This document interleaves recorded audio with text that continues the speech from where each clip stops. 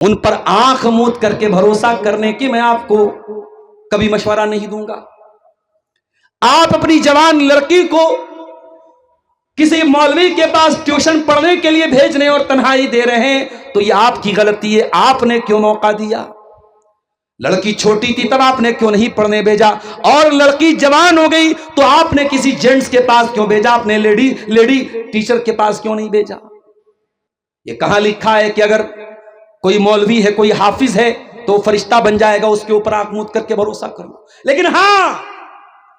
آنکھ موند کر کے بھروسہ بھی نہیں کرنا ہے، اور اگر کسی ایک مولوی نے کوئی غلط کام کر دیا تو سارے علماء سے بدزن ہو جانا بھی میرے پیارے ساتھیوں یہ صحیح نہیں ہے۔ مجھے معلوم ہے جھارکھنڈ سے کچھ ایسے واقعات بھی سامنے آئے، کسی نے فرضی چندہ کر لیا، مدرسے کا وجود نہیں ہے، چندہ کر لیا، سارے مولوی بیچارے بدنام ہو گئے۔ اب وہ مولوی بھی بدنام ہو گئے جو واقعی میں ادارہ چلا رہے، اور اپنی آنکھوں سے میں نے دیکھا ساؤتھ انڈیا کے اندر فروری اور مارچ کا مہینہ، سخت دھوپ کا عالم، اور جھارکھنڈ اور بہار اور بنگال کے یہ مولوی بیچارے، کبھی آپ غور کرنا میرے ساتھیوں، یہ مولوی جو آج مدرسوں میں پڑھا رہے ہیں، یہ بائی چوائس پڑھا رہے ہیں، ان کی مجبوری نہیں ہے، یہ چاہتے تو کوئی گٹھر بھی اپنے پیٹ پر لاد سکتے تھے، گٹھر لاد لیتے تو مدرسے کے ناظم کی ڈانٹ نہ سننا پڑتا، مدرسے کے پرنسپل کی ڈانٹ نہ سننا پڑتا، اپنی پیٹ پر بوجھا لاد کر کے مزدوری کر لیتے تو شاید مدرسے کی تنخواہ سے زیادہ کما لیتے،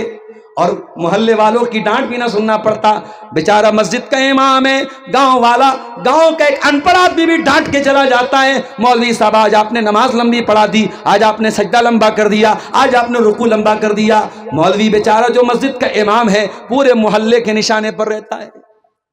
غور کرو میرے پیارے ساتھیوں، جس دور میں بہت سارے کاموں کی آسائش اور آسانی ہے، یہ علماء ہیں جو دین کے قلعوں کو سنبھالے ہوئے ہیں، انہوں نے مسجدوں کو سنبھالا ہوا ہے، انہوں نے مدرسوں کو سنبھالا ہوا ہے، اور انہی کے ذریعے دین کا کام ہو رہا ہے، انہی کے ذریعے توحید پھیل رہی ہے، انہی کے ذریعے قرآن پھیل رہا ہے، انہی کے ذریعے حدیث پھیل رہی ہے۔ اللہ کے واسطے علماء کو حقیر نہ جانو، اللہ کے واسطے علماء کی تحقیر نہ کرو، کسی ایک عالم کی غلطی سے تمام علماء سے نفرت نہ کرو میرے پیارے ساتھی۔ آج افسوس کے ساتھ کہنا پڑتا ہے، آج ہماری جماعت کے بہت سارے لوگ سارے علماء سے دور ہو گئے۔ علماء کا نام آتا ہے زبان سے بدتمیزی نکلنے لگتی ہے، زبان سے بد زبانی نکلنے لگتی ہے۔ کبھی غور کر کے جا کے دیکھو میرے بھائیو، ابھی آج ہمارے ایک دوست کا فون آیا، الہ آباد کے رہنے والے ہیں، اپنی 2 بچیوں کو مئو ناتھ بھنجن میں ہاسٹل میں چھوڑنے کے لے گئے تھے، فون کر کے کہنے لگے مولانا بڑے لاڈ و پیار سے بیٹیوں کو پالا ہے، کبھی کسی ضرورت کے لیے بیٹیوں کو ترسنا نہیں پڑا ہے، اور آج یہ مدرسے میں لے کے آیا ہوں اور مدرسے والے کہہ رہے ہیں کہ ماں باپ سے بیٹیوں کو بات کرنے کی اجازت ہفتے میں صرف 1 بار ملے گی۔ مولانا میرا دل نہیں مان رہا ہے، میں کیا کروں؟ میں نے کہا تھوڑا سا کلیجے پر پتھر تو رکھنا پڑے گا، مدرسے میں پڑھانا ہے تو یہ سختی تو جھیلنی پڑے گی۔ او لوگوں، یہ ہاسٹل میں رہنے والے بچے، اب تو ٹھیک ہے ہر جگہ مطبخ کا انتظام ہو گیا ہے، لیکن ایک بڑی تعداد میں ہمارے علماء ایسے بھی ہیں جنہوں نے مدرسوں میں جاگیر کے ذریعے پڑھائی حاصل کی ہے، تعلیم حاصل کی ہے، گھر گھر وہ ٹفن لے کے جاتے تھے اور بھکاریوں کی طرح ان کو کھانا دیا جاتا تھا، اور وہ بیچارے وہی کھانا کھا کر کے اپنے گھر کے عزت دار گھر کے ہیں، اپنے گھر میں شان و شوکت سے کھاتے ہیں اور شان و شوکت سے کھلاتے ہیں، لیکن آج ہاسٹل میں رہ کر کے جاگیر کا کھانا کھا کے بیچارہ وہ پڑھ رہا ہے۔ ان کی قربانیوں پر اس طریقے سے پانی نہ پھیرو میرے ساتھیوں۔ اسی بنگال کے ہمارے ایک دوست ہیں، رمضان میں چندہ کرنے کے لگے، اتفاق سے میں بھی ساؤتھ انڈیا میں تھا، مجھے فون کیا انہوں نے، مولانا میں آپ کے پاس آ رہا ہوں، میں نے کہا بہت اچھی بات ہے، آئیے ساتھ میں بیٹھ کے کھانا کھائیں گے۔ ایک دن رمضان کا مہینہ تھا، دسترخوان لگایا، بنگال کے ہمارے ساتھی آئے، ان کو بٹھایا، افطار کرنے لگے، دیکھا آنکھوں میں آنسو آ گئے، میں نے کہا کیا بات ہے، کیوں رو رہے ہو؟ کہا مولانا آپ تو جانتے ہیں آپ جب بھی میرے گھر پہ آتے ہیں میں آپ کو مہمان نوازی کرتا ہوں، آپ کو مچھلی بنا کے کھلاتا ہوں، آپ کو بہترین چیزیں بنا کے کھلاتا ہوں، لیکن یہ چندے کا کام کرنے کے لیے ہم کو کیا کیا کرنا پڑ رہا ہے، ہم رمضان میں چندہ کرنے جاتے ہیں، ہمیں بھکاریوں کی طرح مسجدوں میں جا کے جہاں افطار ہو رہا ہے وہاں بن بلائے مہمان کی طرح جا کے بیٹھ جانا پڑتا ہے، جہاں سحری کا انتظام ہو رہا ہے بن بلائے مہمان کی طرح جا کے بیٹھ جانا پڑتا ہے۔ بڑی شرم آتی ہے، بڑی غیرت لگتی ہے، بڑا رونا آتا ہے، مگر کیا کریں، چندہ نہ کریں تو ہماری تنخواہیں نہ ملے گی، اور ہماری تنخواہیں نہ ملے تو گھر کیسے چلے گا، ہماری مجبوری ہم کو چندہ کرنا پڑتا ہے۔ او لوگوں، یہ مدرسے بڑی مشکل سے چل رہے ہیں، ان علماء کو اس طریقے سے اپنی نفرت کا، اپنی زبان درازی کا نشانہ نہ بناؤ، ان علماء کی قربانیوں پر اس طریقے سے پانی نہ پھیرو۔ میں یہ نہیں کہتا کہ ان کو معصوم سمجھو، میں یہ نہیں کہتا کہ آنکھ موت کر کے بھروسہ کر لو۔ اگر آپ کے گھر میں کوئی عالم آیا اور آپ نے جوان بیٹیوں کو بے پردہ ان کے سامنے آنے کی اجازت دے دی، ان کے کمرے میں جانے کی انٹری دے دی، اور آپ نے یہ سوچا ہے بہت بڑے مولانا ہیں، بہت بڑے عالم ہیں، بہت اچھی تقریر کرتے ہیں، اور آپ نے اپنی جوان بیٹی کو ان کے کمرے میں جانے کی اجازت دی، تو یہ آپ کی غلطی تھی، اسلام نے تو اس سے روکا ہے میرے پیارے ساتھی۔ اللہ کے نبی فرماتے ہیں لا یخلون رجل بامرأۃ الا وثالثهما الشیطان، خبردار کوئی مرد کسی عورت کے ساتھ اکیلا نہ رہے، تنہائی نہ اختیار کرے، کیونکہ تیسرا شیطان ہوتا ہے۔ جب ایک مرد اور ایک عورت تنہائی میں ہوں گے تو تیسرا شیطان ہوگا، چاہے وہ مرد اپنے دور کا سب سے بڑا علامہ ہو، وہ عورت اپنے دور کی سب سے بڑی اللہ کی ولی ہو، لیکن اگر ایک مرد اور ایک عورت تنہائی میں ہیں تو تیسرا شیطان وہاں پہ ہوگا میرے ساتھ۔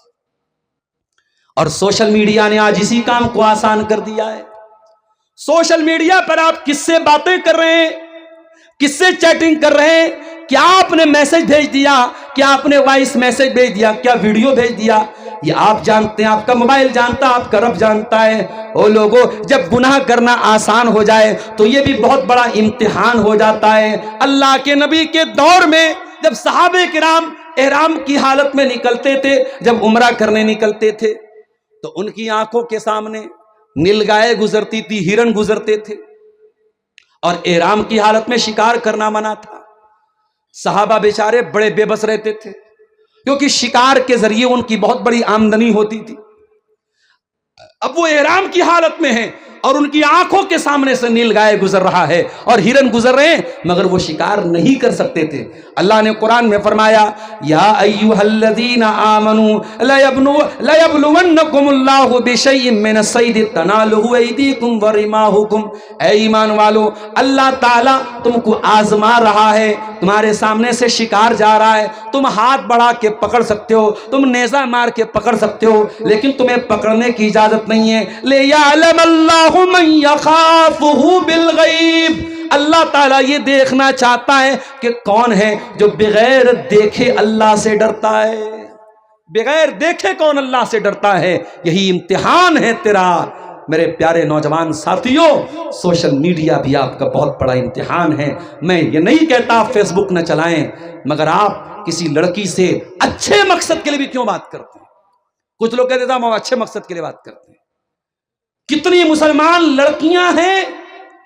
کسی غیر مسلم لڑکے کا میسج آیا السلام علیکم، میرا نام فلاں ہے اور میں اسلام کے بارے میں جاننا چاہتا ہوں۔ اب یہ لڑکی بیچاری سمجھتی ہے کہ اسلام کے بارے میں یہ جاننا چاہتا ہے تو بڑی اچھی بات ہے، میں اس کو اسلام کے بارے میں سمجھا دیتی ہوں، اور پھر دھیرے دھیرے جب یہ اسلام کے بارے میں اس کو بتانے لگتی ہے، اور سامنے والا تو پہلے سے پوری پلاننگ کر کے آیا ہے، سازش کر کے آیا ہے، وہ دھیرے دھیرے پھر پیار بھری باتیں کرنے لگتا ہے، اور اس کے بعد اپنے جال میں پھنسا کر کے اس مسلمان لڑکی کو مرتد بنا دیتا ہے، اسلام سے نکال دیتا ہے، اسے مشرک بنا دیتا ہے، اسے اللہ کی توحید سے ہٹا دیتا ہے۔ ایک ذرا سی چیٹنگ ایک مسلمان لڑکی سے دین اور ایمان چھین لیتی ہے۔ اس لیے میرے پیارے ساتھیوں، میری پیاری ماں اور بہنوں، آپ سے کہنا چاہوں گا سوشل میڈیا کا استعمال بہت احتیاط کے ساتھ کرو۔ اللہ کے پیارے نبی فرماتے ہیں العینان زناہما النظر، آنکھوں کا زنا یہ ہے غلط چیزوں کو دیکھا جائے، والاذنان زناہما الاستماع، اور کانوں کا زنا یہ ہے غلط چیزوں کو سنا جائے۔ اچھی تصویر پر بھی آپ اگر گانا لگا رہے ہیں، میوزک لگا رہے ہیں۔